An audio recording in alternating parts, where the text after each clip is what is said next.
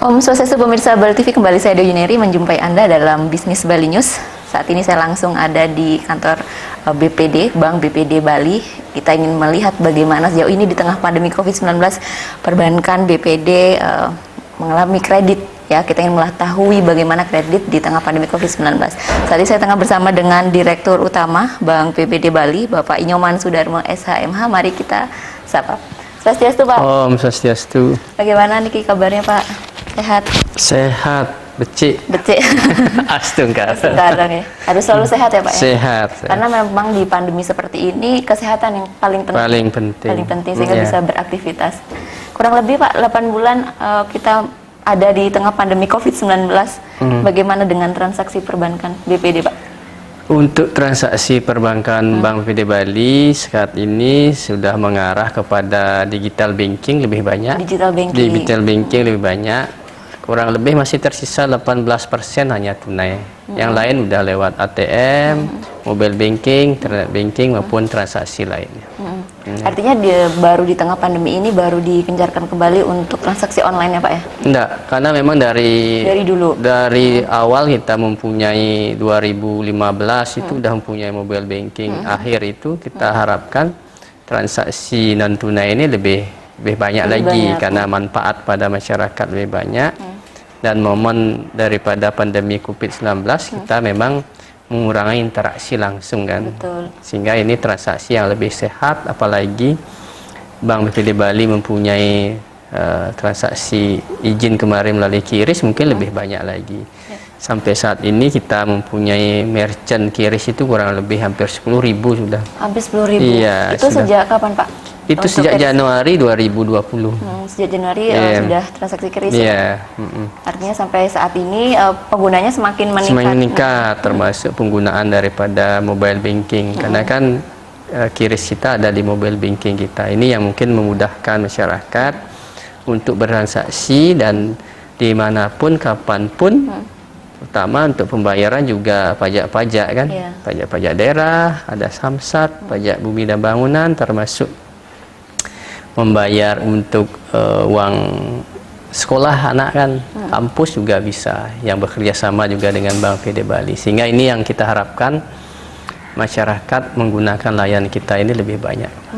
Selain memudahkan masyarakat juga untuk bertransaksi online, juga di tengah pandemi ini kita juga jadi lebih safety ya, Pak ya? Ya, lebih safety. Untuk mengurangi interaksi. Ya, termasuk kita juga mempunyai layanan e-antrean, sehingga masyarakat yang mau ke bank itu tidak perlu mengantre, itu bisa dari rumahnya nomor berapa akan dapat kan seperti itu. Sampai nanti diatur sampai pukul berapa bisa datang? Sudah jam berapa kedatangan diperkirakan sehingga lebih efektif. Ya, masyarakat kita mengurangi juga kerumunan di ruang lobi layanan, sehingga ini merupakan bagian dari terobosan kita untuk bisa memberikan layanan yang lebih di tengah pandemi COVID. Dan juga memang transaksi secara langsung ini kan ke depan akan berkurang. Betul, ya, karena mengingat yang tadi ya, mengurangi interaksi dengan masyarakat langsung. Canggih ya, Pak, BPD sudah semakin canggih ya, Pak, mengikuti perkembangan zaman. Ya, kita usahakan ini bisa kita sejajar dengan perbankan lain tentunya untuk memberikan layanan yang lebih pada masyarakat. Pengguna layanan Bank BPD Bali, dan kita berterima kasih pada masyarakat untuk hal tersebut. Respon dari masyarakat juga bagus ya, Pak, terkait ini. Artinya masyarakat juga bisa mengikuti transaksi online ini karena memudahkan juga tadi juga lebih mudah. Gitu. Kemudian, Pak, dengan volume penyaluran kredit oleh BPD bagaimana, Pak? Semenjak pandemi COVID-19 bahwa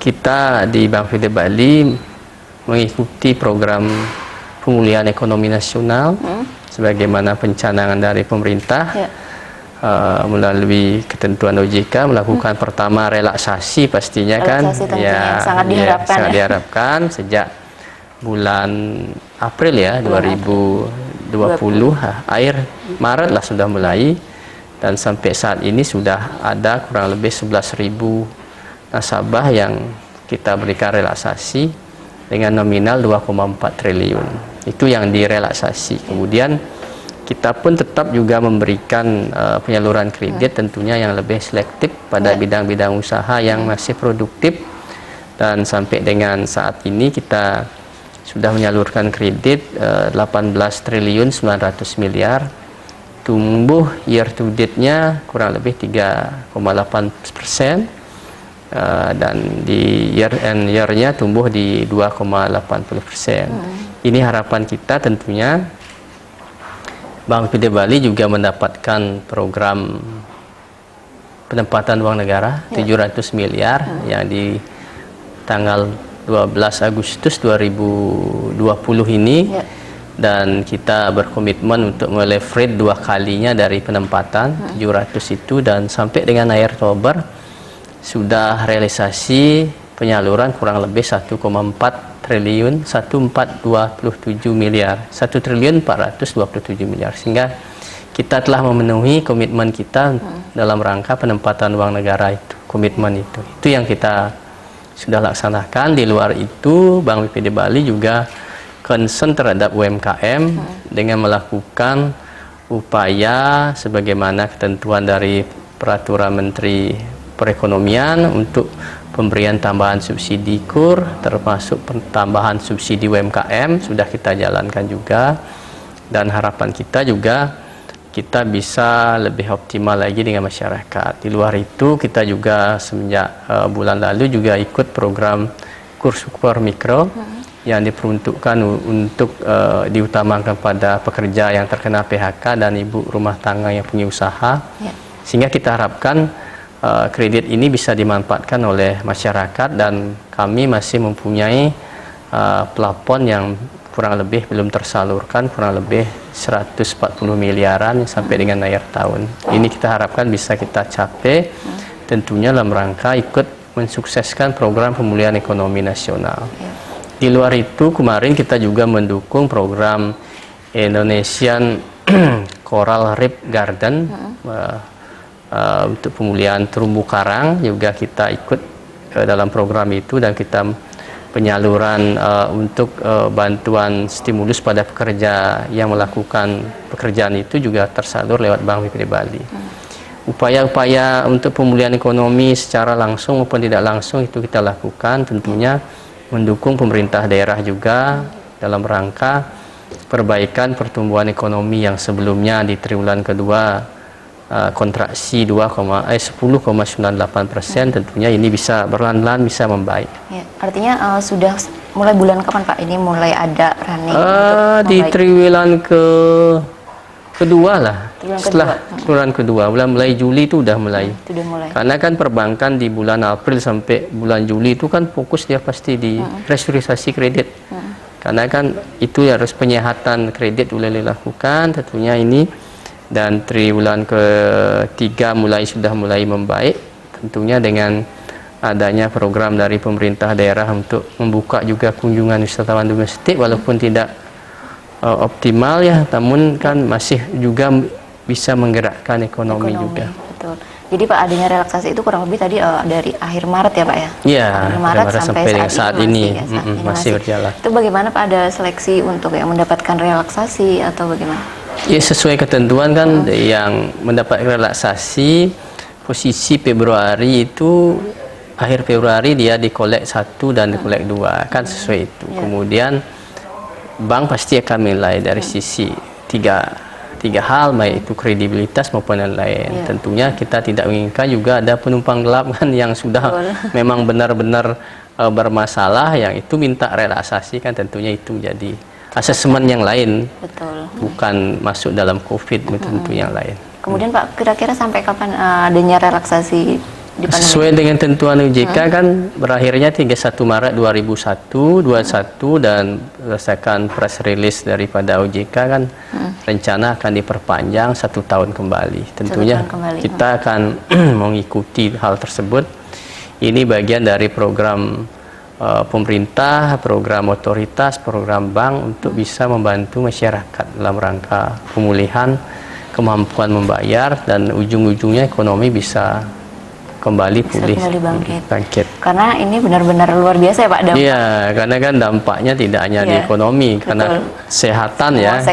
Segmen kalau dulu kan contoh erupsi Gunung Agung kan faktor alam aja waktu itu, masih itu pun sebentar tidak semua. dan bisa terlokalisir kayak gitu. Ya. Kemudian Pak, penyaluran kredit pen yang dibebankan ke BPD?